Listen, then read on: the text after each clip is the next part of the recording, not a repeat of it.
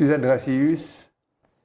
Eh bien oui, tout à fait. Donc, Suzanne Dracius, et je le montre à la caméra. Pourquoi on en parle, hein? C'est parce qu'elle a sorti un petit opuscule, hein, vous voyez, c'est pas épais, qui s'appelle Hypalage.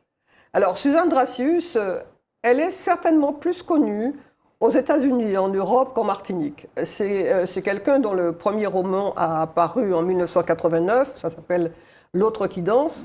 Et Suzanne Dracius, elle a écrit 2 romans, mais elle a écrit énormément de nouvelles. Elle a écrit des pièces de théâtre, dont Lumina Sophie, qui a été jouée cette année encore, qui est jouée très régulièrement. Elle écrit également beaucoup de poésie.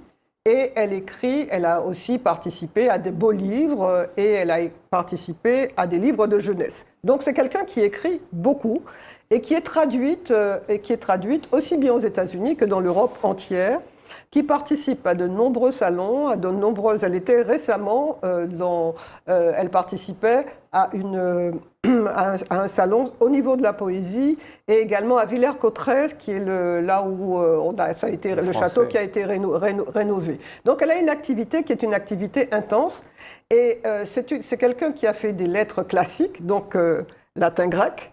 D'ailleurs, elle avait plaisir, et Aimé Césaire avait plaisir à discuter avec elle parce que, comme c'était aussi, il avait eu aussi une formation de gréco-latine, disons-nous, et c'était un moyen de communication entre eux. Alors, ce petit recueil, qui est vraiment tout petit, mais il est très intéressant parce qu'il parle de plusieurs choses.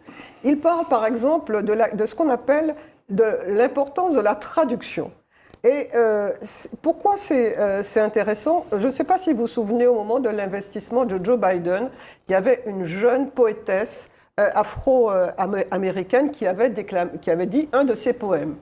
Et il y a eu tout un débat lorsqu'il s'est agi de traduire son poème en français. Parce qu'on a considéré que seul quelqu'un qui était afro-descendant pouvait traduire. Et là, Suzanne replace bien la question de la traduction dans ses fondamentaux.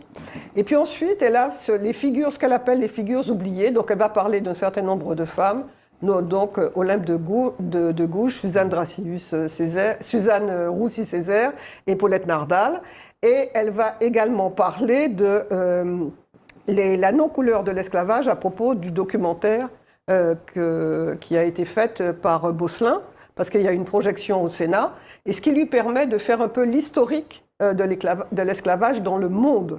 Et donc c'est un livre qui est plein de ressources, et donc je recommande parce que ça permet, quand on va lire la biographie de ces femmes, c'est pas une biographie linéaire, c'est contextualisé, et ça permet de s'approprier de ces femmes dans leur contexte. Et c'est notre patrimoine à nous aussi. Merci beaucoup, madame.